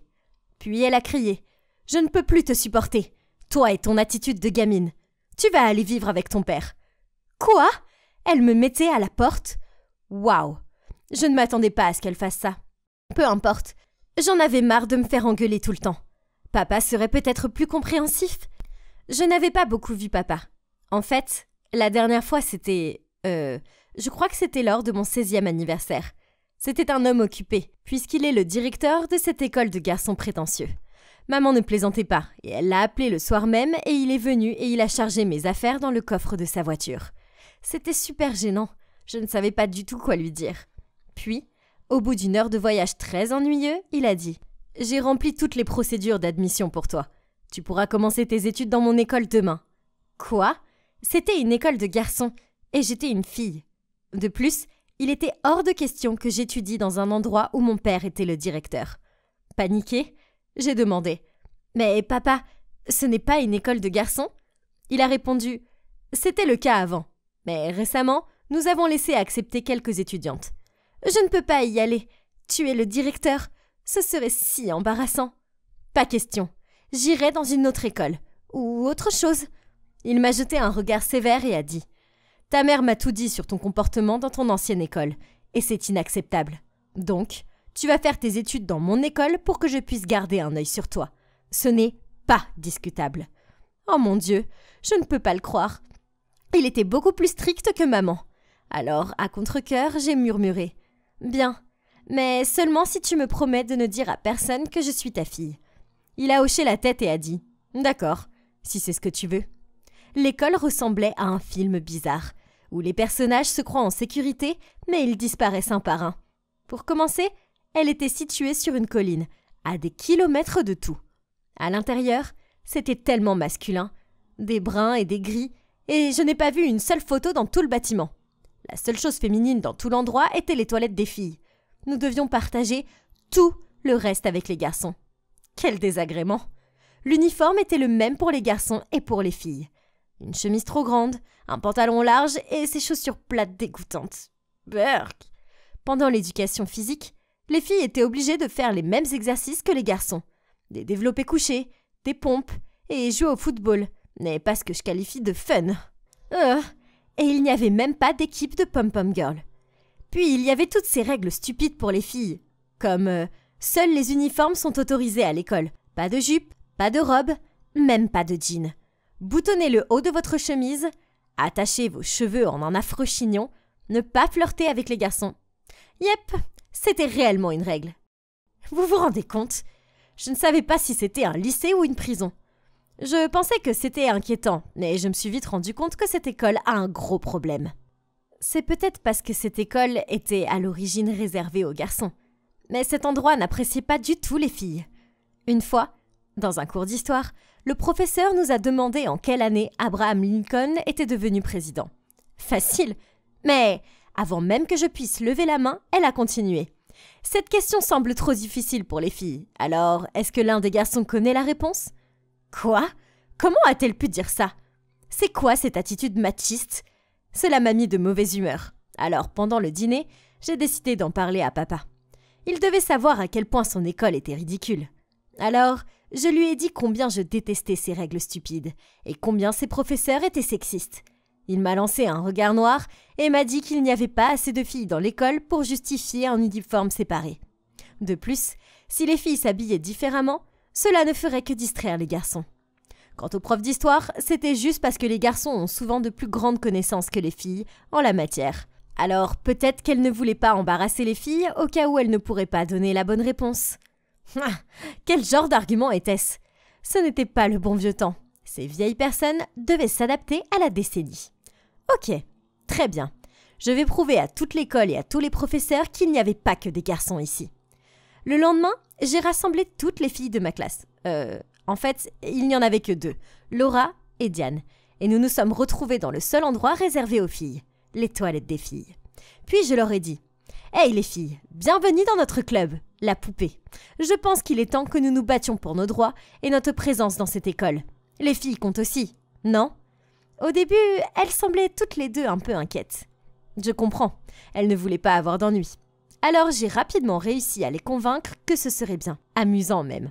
Alors, elles ont accepté. Tout d'abord, il était temps de faire quelque chose à propos de cet horrible uniforme. Nous avons attaché nos chemises pour montrer nos tailles. Et j'ai demandé aux autres de se maquiller subtilement pour que notre peau ait l'air d'avoir un éclat naturel. Puis, nous avons toutes mis des accessoires de cheveux à paillettes et des chouchous colorés dans nos cheveux pour donner un peu de peps à nos coiffures. Diane a regardé dans le miroir et a dit « Ok, peut-être que notre uniforme n'est pas si mal. » Et nous avons toutes éclaté de rire. Maintenant, il était temps de faire une entrée. Nous avons toutes marché dans le couloir ensemble. Tous les garçons et les filles se sont retournés pour nous regarder avec des yeux admiratifs et la bouche ouverte. Un autre garçon a même laissé tomber sa pile de livres sur le sol. Et un autre est rentré dans son casier. Ah ! Le charme des filles était absolument irrésistible, n'est-ce pas ? Bientôt, nous sommes devenus un groupe populaire dans l'école. Les garçons voulaient nous parler. Et les filles des autres classes se sont également jointes à notre groupe. Et je leur ai montré comment styliser leurs uniformes. C'est génial, non ? Ouais, il y a un problème. Les professeurs étaient des vieux schnocks qui n'apprécient pas le style. Un jour, avant le cours, un professeur s'est approché de moi et de mes amis et nous a accusés de ruiner la dignité de l'uniforme et d'exercer une influence négative sur les autres élèves. Alors, nous lui avons dit « Nous ne violons aucune des précieuses règles de l'école. Nous portons l'uniforme, nous gardons notre bouton supérieur fermé et nous avons la coiffure réglementaire. S'habiller est une qualité des filles d'ailleurs. Si les garçons sont distraits, c'est de leur faute, pas de la nôtre. Donc, tu ne peux pas nous en vouloir pour ça. » Après cela, j'ai semblé devenir une épine dans le pied de tous les professeurs. Dans chaque matière, on me demandait toujours de répondre à la question la plus difficile. Et, bien sûr, je ne connaissais pas la bonne réponse. D'ailleurs, personne ne la connaissait. Et ensuite, ils me lançaient un regard jubilatoire. Oh, comme ils étaient immatures. Une autre fois, j'étais dans la file d'attente pour le déjeuner, et quand ce fut mon tour, j'ai choisi des cuisses de poulet barbecue car ce sont mes préférées. Cependant, à ma grande surprise, le serveur de la cantine m'a dit qu'il n'y avait plus de poulet. Puis il a mis cette bouillie d'avoine bizarre dans mon assiette. Berk, je voyais bien qu'il restait beaucoup de poulet. Alors pourquoi était-il si injuste ? J'ai zappé la bouillie dégoûtante et dès que je suis rentrée à l'école, j'ai eu très faim. Alors, je me suis fait un énorme bol de nouilles. Papa m'a vu dévorer la nourriture, puis a souri et a demandé « Est-ce que le fait de causer des problèmes à l'école toute la journée t'a rendu si affané ?» Entre mes bouchées, je lui ai raconté ce qui s'était passé avec le professeur et à la cantine. Il a juste souri et a dit que c'était parce que j'étais trop têtue. C'était quoi cette excuse ? Je veux dire, depuis quand affamer des étudiants est une bonne idée ? Le lendemain matin, je suis entrée en classe en somnolent et me suis assise à mon bureau. C'est là que j'ai réalisé que j'avais oublié mon téléphone. C'était vraiment nul. Alors, j'ai râlé auprès de Laura. Ces profs font de ma vie une misère, et maintenant, je n'ai même pas mon téléphone. La journée va être longue. Soudain, quelqu'un a frappé à mon bureau. J'ai levé les yeux et j'ai vu mon père, alias le directeur, debout devant moi. J'étais tellement surprise qu'avant que je puisse dire quoi que ce soit, il a dit « Hey chérie, tu as laissé ton téléphone à la maison. Oh, et je t'ai apporté ton petit déjeuner, car tu sais à quel point tu deviens grincheuse quand tu as faim. » Puis, il a posé mon téléphone et un sandwich sur mon bureau, m'a caressé les cheveux et il est parti. Que faisait-il ? Avait-il oublié sa promesse ? Inutile de dire que mes camarades de classe avaient l'air choqués. Laura m'a regardé fixement et a dit « Le directeur est ton père ? Incroyable, pourquoi tu ne nous l'as pas dit ?» Je suis restée assise là, bouche bée. C'était la chose la plus embarrassante qui soit. « Merci beaucoup, papa. » Mais j'étais loin de me douter que ce n'était que le début d'un nouveau chapitre de folie. Les choses étaient sur le point de devenir encore pire et vous ne voudriez pas manquer ça. Je suis qui je suis, mais t'es juste trop égoïste pour l'accepter. Et aussi, tu aimes la personne que tu as créée dans ton fantasme, pas moi. Donc je pense qu'on devrait en finir ici. C'est pour le mieux. Alors, c'est moi là, ouais, la fille qui pleurniche. Et le garçon, c'est Édouard, l'amour de ma vie. Je savais que ça arriverait. C'était écrit dans mon horoscope et celui d'Édouard. C'était écrit dans les étoiles. Comme c'était injuste. Tout a commencé par une journée normale et ensoleillée. J'ai commencé ma journée comme je le faisais toujours, en lisant mon horoscope. Mes yeux se sont écarquillés quand j'ai vu ce qu'il disait. Aujourd'hui, vos chemins vont se croiser avec votre âme sœur. Oh, ça y est, j'allais enfin rencontrer mon prince charmant. J'étais tellement contente que j'ai pris le chemin de l'école en sautillant. Ah, et au fait, je suis un soleil taureau et une lune poisson. Je comprends que tout le monde n'est pas aussi informé de ces choses que moi, mais en gros, ça signifie que je suis une fille timide, qui est craintive avec les étrangers, mais j'ai une grande empathie envers les autres. Cependant, mon principal trait de caractère est que je rêvasse pour échapper à la réalité. Le problème avec le fait d'être une rêveuse, c'est que les autres me disent constamment que je devrais être plus forte, plus effrontée, plus insolente. Non merci. C'est pas parce que je suis... Sérieusement, il devrait emprunter mon livre, tout ce que vous devez savoir sur votre signe astrologique, et le consulter. Ou aller trouver un lion. Je fais tellement confiance à mes horoscopes que je vis ma vie en fonction d'eux. En fait, les horoscopes m'ont sauvé la vie plus d'une fois. Par exemple, il y a eu ce jour où j'ai refusé d'aller en classe à tout prix parce que mon horoscope du jour disait « Vous pourriez être victime d'un accident au travail ou à l'école, alors faites attention ». Et vous ne croirez pas ce qui s'est passé en cours de sciences. Un de mes camarades de classe a renversé de l'acide partout. Heureusement, personne n'a été blessé. Mais quand même, Dieu merci, je n'étais pas là. Les horoscopes sont très importants pour moi. Mais aussi mon amour pour les séries coréennes. Surtout les séries romantiques. Ah, j'adore. J'imagine toujours toutes sortes de situations mignonnes dans lesquelles je trouverai l'amour de ma vie, qui soit aussi beau, aussi drôle et aussi attentionné que les hommes principaux des séries dramatiques. Et c'est pourquoi aucun homme que j'ai vu n'a jamais répondu à mes attentes. Mais mon horoscope disait que ça allait arriver. Alors j'étais catégorique. Je me demandais à quoi il ressemblerait et quel serait son signe astrologique. Il devait sûrement être Cancer, n'est-ce pas? On se rencontrerait par hasard, on tomberait amoureux, on surmonterait toutes sortes de difficultés ensemble et on vivrait heureux pour toujours. Ah oui, c'était tellement exaltant. Je rêvassais près de mon casier quand j'ai entendu des filles chuchoter à propos d'un nouveau garçon nommé Édouard. Curieuse, je me suis faufilée dans la foule et... Oh mon Dieu! Ce gars avait un visage d'un Adonis grec. Est-ce qu'il pourrait être mon prince? Il n'y avait qu'une seule façon d'en être sûre. Je devais découvrir son signe astrologique. Mais, comme je l'ai dit, je suis une fille timide. Alors, je n'allais pas m'approcher de lui et lui demander sa date de naissance, parce qu'il m'aurait prise pour une fois folle. J'ai continué à penser à mon dilemme et puis, bingo, j'ai trouvé une idée géniale et infaillible. Vous voyez, être un poisson a de nombreux avantages. Comme il était nouveau, son dossier serait à la réception pour que Madame Shillington s'en occupe. J'ai attendu le début de la pause déjeuner parce que je savais que je serais plus calme là-bas. Et je me suis faufilée jusqu'à son bureau et j'ai scanné le dossier d'Édouard. Quoi? Il est bélier, complètement mon opposé. Comment il pourrait être le bon? En m'éloignant, je ne pouvais pas m'empêcher de penser. Son signe de lune croissante doit être poisson ou cancer. Ou peut-être quelque chose qui correspond au mien. C'était impossible d'en être sûr sans connaître l'heure exacte de sa naissance. Il devrait vraiment rendre cette information obligatoire dans les documents, parce que c'est important. J'étais tellement perdue dans mes pensées que je me suis heurtée à quelqu'un. J'ai levé les yeux et marmonné un « Désolée ». Oh mon Dieu, c'était Édouard. C'était ça, nos chemins s'étaient croisés. Bientôt, il m'inviterait à une promenade sur la plage et on s'embrasserait au clair de lune. « Hey, tu vas bien ?» Il m'a fixée, mais j'étais trop occupée à fantasmer pour me concentrer. Je pense que j'ai peut-être un peu bavé aussi. « Tu vas bien, n'est-ce pas ?» J'ai fini par m'en sortir. J'ai rougi et j'ai murmuré. « Ouais, je vais bien. Je sais que je suis une jolie fille. Hey, nous les poissons, on a un charisme naturel. Et puis, j'avais cet air timide. Comment un garçon pourrait-il résister à ce charme? Donc, je n'étais pas si surprise quand Édouard a dit « Bien, Tu m'as inquiété pendant 1 minute, alors... je suis nouveau ici, et je connais pas vraiment quelqu'un. Il s'est gratté le cou. Alors, est-ce que tu veux bien prendre un café après l'école ? En plus, ce sera ma façon de m'excuser de ne pas avoir regardé où j'allais. J'ai fait mon plus beau sourire et j'ai dit « Bien sûr !»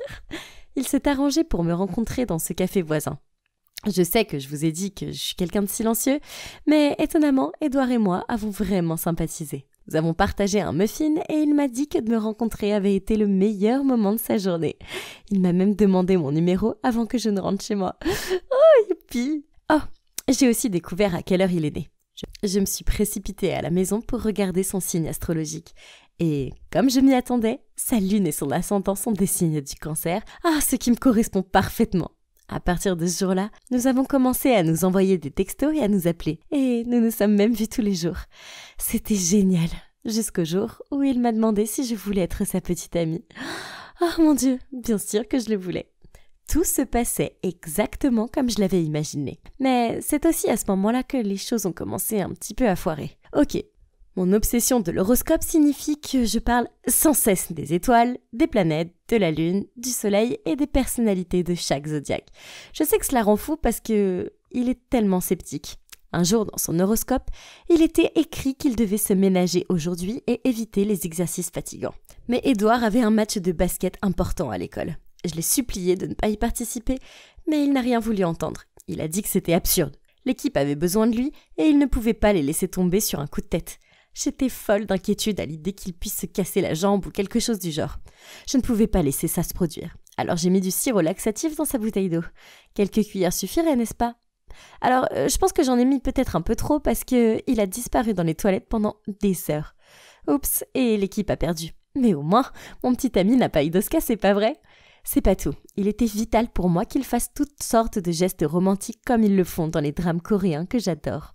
Ainsi, je l'ai obligé à se pointer devant ma maison en plein milieu de la nuit, puis m'appeler pour me dire d'aller à la fenêtre afin qu'il puisse me voir parce que je lui manquais tellement qu'il avait besoin de voir mon visage. Oh, c'était tellement romantique. Oh, surtout quand il pleuvait. Rien n'est plus sexy que votre petit ami sous la pluie devant votre maison. Bien que je pensais que c'était tout à fait normal, Édouard ne le pensait pas. Il a pensé que j'étais folle, et il a fini par avoir un rhume après. Puis un matin, j'ai vérifié nos horoscopes et j'ai fixé l'écran de mon téléphone en état de choc.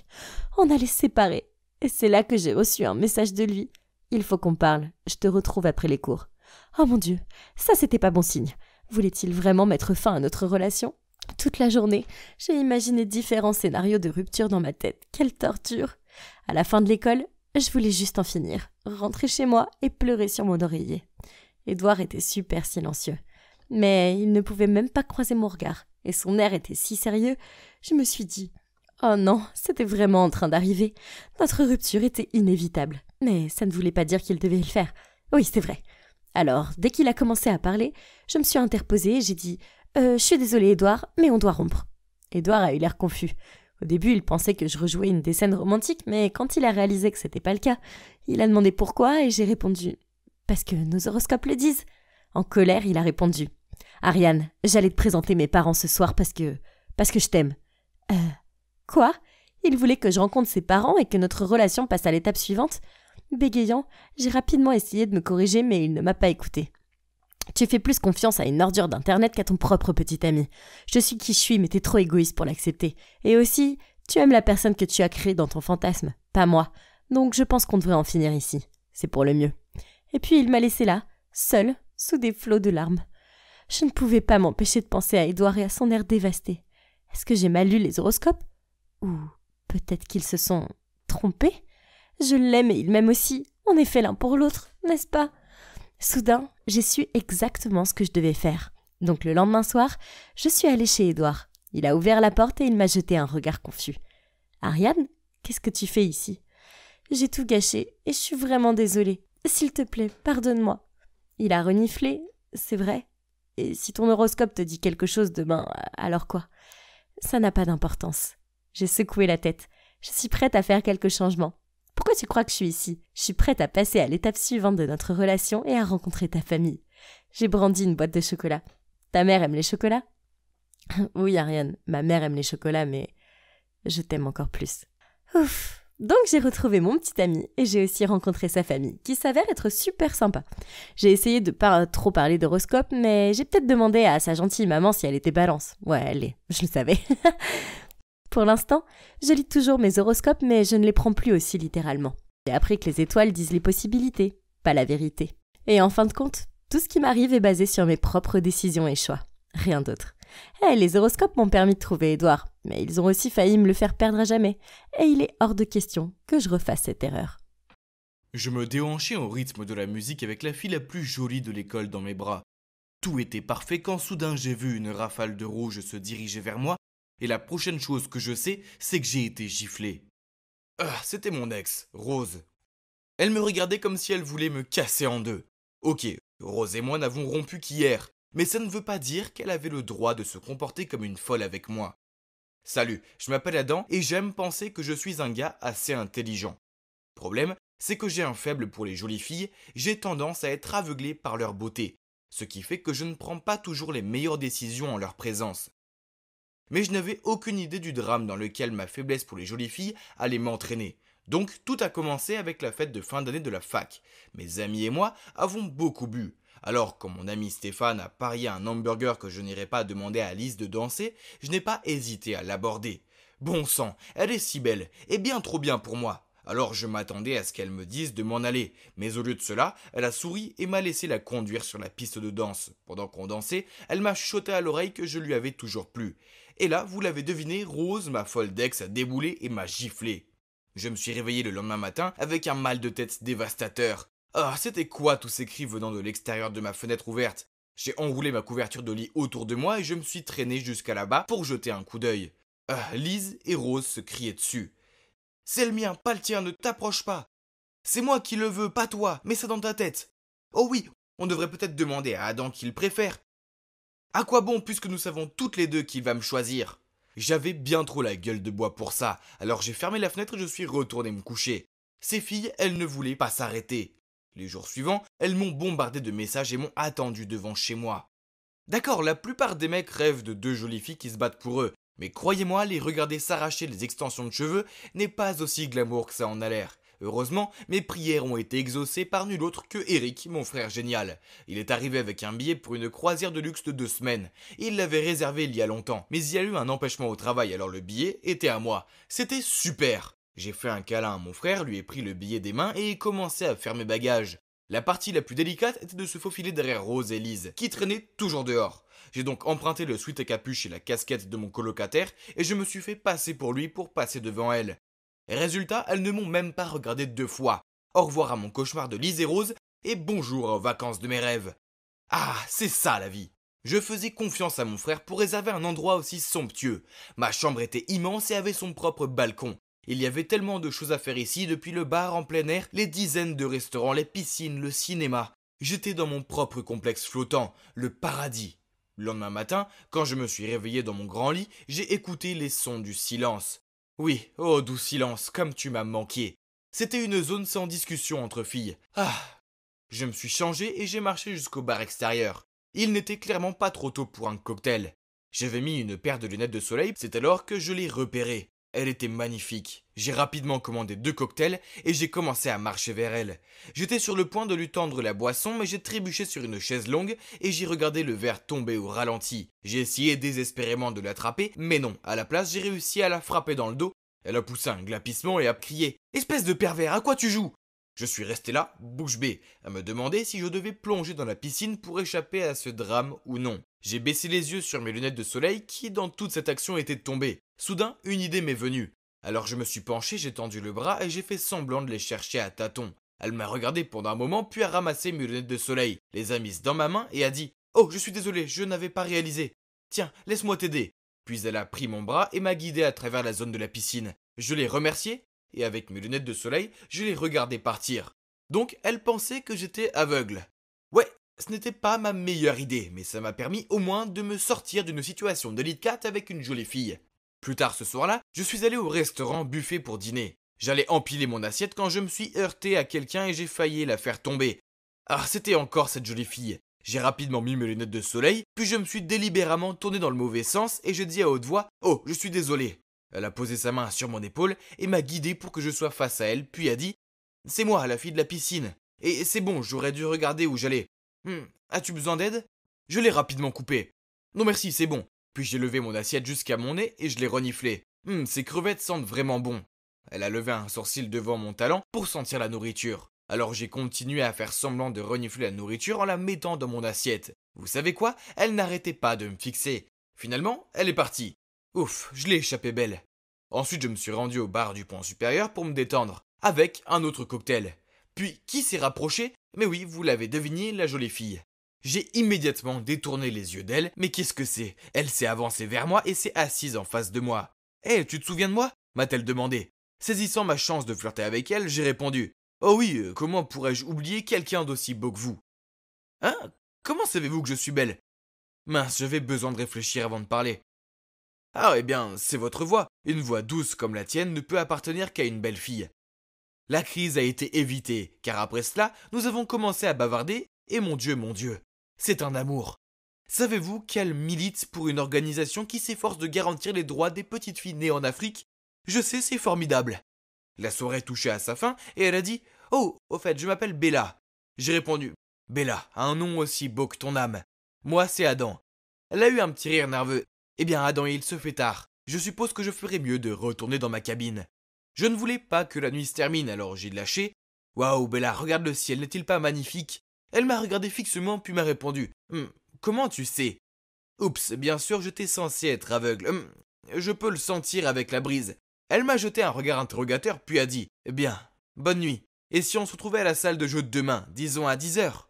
J'ai accepté avec enthousiasme, puis elle est partie. Encore une fois, je l'ai échappé belle. Je devais vraiment être plus prudent. Bella, je n'arrêtais pas de penser à elle. Le lendemain, je suis un enfant quand il s'agit d'arcade. Je ne peux pas m'en empêcher. Mon enfant intérieur sort et... Oh, un jeu de course de voiture. Non, je faisais semblant d'être aveugle, donc je me suis maladroitement attardé dans le hall et j'ai attendu que Bella se montre. Quand elle est arrivée, elle a pris mon bras et m'a guidé dans la salle d'arcade. Elle m'a décrit toutes les machines de jeu, ce que je trouvais très gentil. Puis elle m'a conduit à la machine, à attraper les peluches et à pousser un cri d'excitation. Oh, j'adorais ça quand j'étais petite. Rapidement, je me suis mis à tâtonner pour insérer la pièce d'argent, persuadé que j'allais lui faire gagner une peluche. Mais attendez, j'étais censé être aveugle. Alors j'ai touché les commandes et j'ai fermé les yeux. Son rire disait tout, échec massif. Tout se passait bien jusqu'à ce que Bella doive aller aux toilettes et me demande de ne pas bouger et de l'attendre près d'une machine de jeu de tir, qui se trouve être mon jeu d'arcade préféré de tous les temps. Je me suis précipité vers elle dès qu'elle était hors de vue. J'ai pris un fusil et j'ai tiré 5 canettes d'affilée. Puis j'ai sauté en l'air et j'ai crié. Je me suis retourné et j'ai vu Bella qui me regardait d'un air renfrogné. Oh là là, je me suis fait avoir. J'ai essayé d'expliquer mais elle a juste secoué la tête et dit « Comment as-tu pu ? Tu es un lâche, un pervers et un menteur. » Puis elle s'est enfuie. Je me sentais très mal. J'ai essayé de la chercher dans le bateau, mais je ne l'ai trouvée nulle part. Je me suis senti déprimé, j'ai commandé un cocktail et je suis allé me promener sur le pont. Soudain, j'ai entendu des cris venant d'en dessous. Qu'est-ce que c'était ? J'ai jeté un coup d'œil en bas et j'ai vu un homme et une femme qui essayaient de traîner une petite fille dans l'un des radeaux de sécurité. Attendez, ils n'étaient pas seuls, Bella était là aussi. Elle essayait d'éloigner la petite fille d'eux. Sans même réfléchir, j'ai laissé tomber mon verre et j'ai couru vers eux. J'ai foncé vers la femme et l'ai frappée si fort qu'elle a failli tomber dans la mer. L'homme a tendu la main pour la stabiliser, ce qui a donné à Bella une chance de prendre l'enfant. Elle a alors attrapé mon bras et m'a tiré. Après cela, les méchants ont sauté dans le radeau et ont pris la mer. Nous avons rendu la fille à ses parents. Il s'avère que Bella se rendait à sa cabine lorsqu'elle a vu un couple en larmes qui ne trouvait pas leur fille. Alors elle est partie à sa recherche et a découvert l'enlèvement. Après cela, Bella m'a pardonné car j'avais sauvé la journée et tout ça. Et nous avons passé le reste du voyage ensemble. Puis le dernier jour, je me suis mis à genoux et lui ai demandé d'être ma petite amie. Et elle a dit oui. Je l'ai ramenée chez moi et alors que nous marchions vers ma maison, Lise et Rose ont couru vers moi et ont commencé à se disputer pour savoir qui je préférais. Oh mince, je les avais oubliés. Comprenant la situation, Bella s'est approchée d'elle. « Merci mon Dieu, vous êtes là. Je suppose que l'une d'entre vous est sa petite amie, n'est-ce pas ? Il y a eu un accident et Adam est aveugle maintenant. Il a vraiment besoin de quelqu'un à ses côtés 24/7. » En entendant cela, je me suis rapidement coordonné avec elle en agitant mes bras d'une façon désordonnée. « Alors, laquelle est ta petite amie, Adam ?»« C'est Lise. » Rose a rapidement ajouté son grain de sel. « Non, il est tout à toi. On a traîné ensemble qu'une fois. » Ah, quelle poire, je l'ai regardé s'enfuir. Puis Bella et moi avons éclaté de rire. Après cela, je lui ai tendu le bras et l'ai laissé me guider vers la maison. Vous savez, en souvenir du bon vieux temps. Lui mentir en prétendant être aveugle était une chose stupide à faire. Mais je l'ai fait parce qu'être en présence de belles filles me rend si nerveux que je fais des choses stupides. C'est une chance que Bella m'ait pardonné parce que je pense que ce crétin a peut-être trouvé la fille de ses rêves. Berk, il y a une mouche dans mon verre. C'est dégueulasse. Je vais pas payer pour ça. Le gamin a poussé la tasse de limonade dans ma main, puis s'est enfui. Je viens de te voir la déposer dedans. Et ce n'est même pas une vraie mouche. Hé, arrête! J'ai crié après lui, mais c'était trop tard. Et il était parti. Et maintenant le reste de mes clients aussi. Mince, c'était la 3e fois cette semaine. Et je savais exactement qui était derrière tout ça. Lucas! J'ai jeté un coup d'œil par-dessus la barrière et j'ai foncé vers son stand de limonade. En voyant son faux sourire, je suis devenue encore plus furieuse et j'ai versé le gobelet de limonade sur ses baskets, arraché un billet d'1$ de sa main et je suis partie. Vous voyez, je suis amie et je suis le genre de fille qui sait ce qu'elle veut et obtient ce qu'elle veut. Et ce que je veux, c'est que Lucas admette sa défaite et arrête de se mêler de mes affaires. Oh! J'ai été sur cette mission pendant les 10 dernières années. Je ne plaisante pas, c'est une véritable guerre entre nous et ce n'est pas du tout une partie de plaisir. Surtout maintenant que nos parents sont impliqués dans cette affaire. Vous voyez, mes parents et les siens sont les meilleurs amis du monde. En fait, ils sont si proches que je suis presque sûre qu'à l'époque, nos mères ont planifié leur grossesse ensemble, si bien que Lucas et moi sommes nés à 1 semaine d'intervalle. Et bien sûr, je suis née avant lui. Donc il y a ça, j'ai gagné dès le premier round. Du tape à l'œil, Lucas. Mais encore pire que les fêtes d'anniversaire communes, les vacances partagées et le fait d'être camarade de classe avec lui depuis plus d'une 12aine d'années, je dois aussi vivre à côté de lui. Oui, nos parents ont délibérément emménagé à côté parce qu'ils pensaient que nous élever ensemble serait amusant. Ils rêvaient que nous soyons les meilleurs amis comme eux.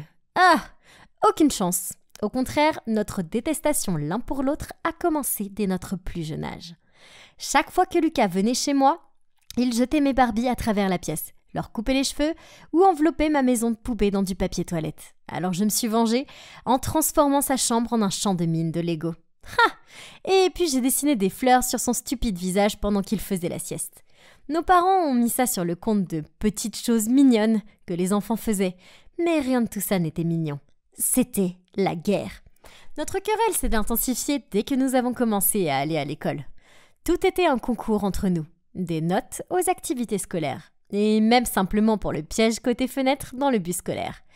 Ah, une fois, avant le début des vacances d'été, notre professeur a suggéré que pendant les vacances, nous pourrions nous amuser à aider nos parents avec des activités utiles, comme fabriquer des produits faits maison et les vendre dans notre cours. En entendant ça, j'ai croisé le regard interrogateur de Lucas et j'ai su que ça ne voulait dire qu'une chose. Bon. Alors, c'est parti. Le premier jour, je me suis levée tôt pour installer mon stand de limonade dans mon jardin. Mais j'ai regardé à ma gauche et devinez ce que j'ai vu dans la cour de mon cher Lucas? Ouais, un stand de limonade. Ah, pourquoi a-t-il fallu qu'il soit un si bel imitateur? Nous semblions tous les deux attirer beaucoup de clients. Mais je ne sais pas si c'était juste moi, mais j'avais l'impression qu'il vendait plus que moi. Alors, tout l'été, j'ai utilisé mes bénéfices pour améliorer petit à petit mon stand de limonade avec des décorations accrocheuses, des promotions. J'ai même ajouté des cornets de glace au citron à mon menu. Finalement, ma file d'attente semblait nettement plus longue que celle de Lucas. Les cornets de glace faisaient l'affaire. Mais alors un haut-parleur a retenti depuis la porte d'entrée. « Venez essayer mon nouveau thé glacé fait maison selon ma recette secrète et essayez-le aujourd'hui avec une offre de lancement à moitié prix. » À mon grand désarroi, la plupart des gens dans ma file d'attente sont partis et se sont dirigés vers le stand de Lucas. Oh, le sournois! Et pire encore, il a commencé à diffuser des chansons accrocheuses pour attirer l'attention des gens. Cet été s'est terminé, mais il fallait naître des rêves d'entrepreneurs dans nos petits cœurs. Donc, pendant les vacances d'été suivantes, nous avons continué à développer nos entreprises. J'ai agrandi mon stand pour vendre une sélection de boissons, de snacks et de fast-food, avec un service de livraison également. Une fois, avec l'aide de mes amis, nous avons même inclus un service de lavage de voiture. Une autre fois, nous avons ouvert une petite crèche dans notre jardin pour que les parents occupés puissent y déposer leurs enfants pour quelques heures, et aussi prendre une boisson à emporter pendant qu'ils y étaient. Ça a l'air bien, non? Mais vous savez quoi? Quoi que j'ai vendu, quoi que j'ai fait, quelques jours plus tard, Lucas est allé faire exactement la même chose. Et ensuite, il a eu le culot de m'accuser de copier ses idées. Oh, il était si agaçant. Bref, à 17 ans, ce qui n'était au départ qu'un passe-temps amusant s'est tellement développé que j'ai ouvert un mini-restaurant dans mon garage. Au début, c'était logique, parce que ça signifiait que j'avais des clients quel que soit le temps, et il y avait aussi quelques tables à l'extérieur. Et sans vouloir me vanter, les sièges étaient rarement vides. Et puis bien sûr, vous l'avez deviné, Lucas a transformé son garage en mini-restaurant dîner lui aussi. Oh, nos dîners sont devenus nos hôtes postes bien connus dans notre quartier, et ils étaient si populaires que nos parents ont continué à les gérer toute l'année. Le fait que quoi que je fasse, Lucas le fasse aussi, me rendait furieuse. Puis, pour m'embêter encore plus, il a envoyé ses amis un samedi, et ils sont restés assis occupant toutes les places tout en commandant des coca. Alors, j'ai envoyé mon amie Célia dans son restaurant, et elle a fait semblant d'avoir une intoxication alimentaire après avoir mangé leur nourriture. Puis, elle a fait semblant d'avoir des nausées et a couru aux toilettes jusqu'à ce que les clients soient tous effrayés et partent. Mais ensuite, il a commencé à diffuser des commentaires négatifs sur mon établissement sur Internet. Et j'ai fait de même en retour. Ah, il n'y a pas de fin à ce combat. Jamais. Mais je ne reculerai jamais. Je savais que Lucas avait un énorme béguin pour cette fille Clémence dans sa classe de sciences. Et une fois après l'école, je l'ai vu l'entraîner chez lui. Probablement pour l'ennuyer à mourir en se vantant encore une fois de son entreprise minable. Alors, j'ai vite fait de me maquiller et de mettre une jolie robe. C'est l'heure du spectacle, bébé. Je me suis rendue chez Lucas, juste à l'heure pour le voir servir à Clémence certains de ses plats caractéristiques de son restaurant. J'ai joué la comédie et je lui ai sauté dessus. « Tu me trompes avec cette fille ? Elle n'a rien que je n'ai pas. Comment tu as pu ?» J'ai continué à faire une scène, tirant les cheveux de Lucas et criant jusqu'à ce que Clémence ait eu l'air super gênée et trouve une excuse pour partir. Bingo! Mais Lucas n'avait pas l'air de voir le côté drôle de la chose. Je ne l'avais jamais vu aussi furieux avant. Ses oreilles sont devenues rouges vifs et il m'a crié dessus. « Amy, compétition ou pas, est-ce que j'ai déjà interféré dans ta vie privée? Tu as dépassé les bornes cette fois-ci. » Il a renversé la boisson qu'il avait préparée pour Clémence et s'est éloigné en ricanant. Puisque tu t'es fourré là-dedans, tu peux te retirer. Donc, il semblait que j'avais gagné ce round. Mais pourquoi je ne me sentais pas bien du tout? Et plutôt embarrassée.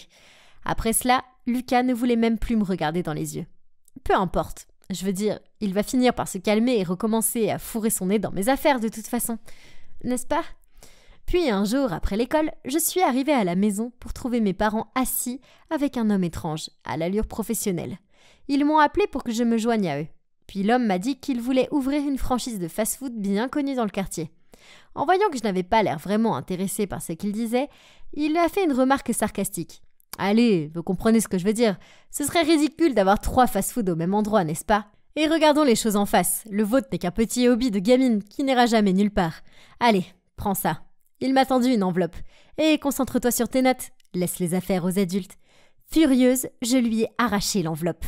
Ouais, elle était pleine de billets de dollars. Comment ose-t-il essayer de me corrompre? Quel abruti! Donc je l'ai jeté sur lui et je suis partie. « Réfléchis-y, Amy !» a crié l'homme après moi. « Ne prends pas une décision que tu vas regretter. » Le lendemain, quand je suis rentrée de l'école, l'homme était assis dans mon restaurant et mangeait mes super pancakes. Ah! Pourquoi il n'a pas compris le message?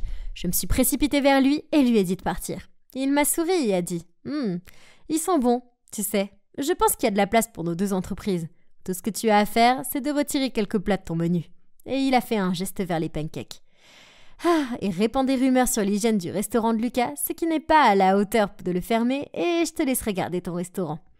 Voyant mon regard confus, il a ajouté un autre argument pour me convaincre. Je te dis ça parce que je sais que t'es une fille intelligente, plus intelligente que ce garçon. Alors, choisis sagement. Eh bien, c'est vrai que je suis plus intelligente que Lucas. Mais c'était fou. J'ai passé toute la soirée à y réfléchir. Je veux dire, il n'y a aucune chance que je puisse rivaliser avec un grand nom de franchise. Mais de cette façon, j'avais une sorte de chance, pas vrai? Mais aussi ennuyé que soit Lucas, pouvais-je vraiment lui faire ça? À 2h du matin, je me suis assise sur mon lit, toujours aussi partagée par tout ça. Je me suis précipitée à côté et j'ai jeté une pierre sur la fenêtre de Lucas. La lumière dans sa chambre s'est allumée tout de suite. De toute évidence, il passait lui aussi une nuit blanche. Il a regardé dehors et m'a vu. Puis il m'a rejoint sur le porche et nous sommes restés assis en silence pendant un moment. Puis, il a pris la parole. « Amy, ta tour de pancake est incroyable. Vraiment. » En soupirant, j'ai répondu. « Honnêtement, je bave rien qu'en pensant à ton hamburger à 2 étages.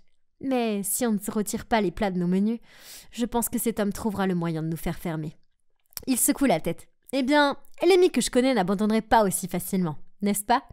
J'ai laissé échapper un autre long soupir. Oui, mais c'est différent. C'est une franchise de renom. Notre petit restaurant ne tiendra pas longtemps, tôt ou tard. Puis, on est retombé dans ce silence désespéré. Je dis qu'on peut le faire. On peut le faire ensemble. Luquin s'est soudainement levé et a pointé du doigt nos maisons. On a plein d'espace pour ouvrir un grand resto. Hein? Qu'est-ce que t'en dis? Lui et moi, travaillant ensemble? Est-ce que ça pouvait marcher? Mais bon, rien n'est impossible pour la grande fille Amy. Je lui ai fait un sourire. Ok, allons-y. Battons-nous jusqu'à notre dernier souffle. Donc, dès le lendemain, nous avons uni nos forces et commencé à préparer l'ouverture du restaurant commun. Naturellement, nos parents étaient ravis de l'idée. Ils ont volontiers brisé les barrières et ont même construit un couloir commun pour relier nos maisons.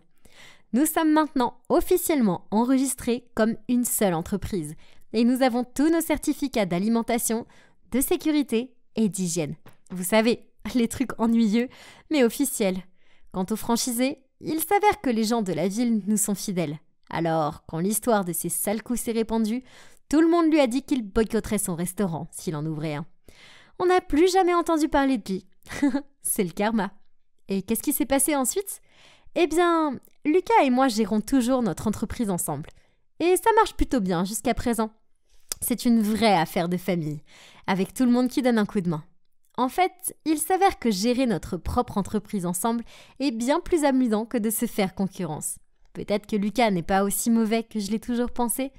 Et parfois, je me prétends encore sa petite amie quand je surprends une fille en train de rôder autour de lui. Je suppose qu'il devrait s'habituer à n'avoir qu'une seule fille dans sa vie. Et en y réfléchissant, je suppose que ça a toujours été moi.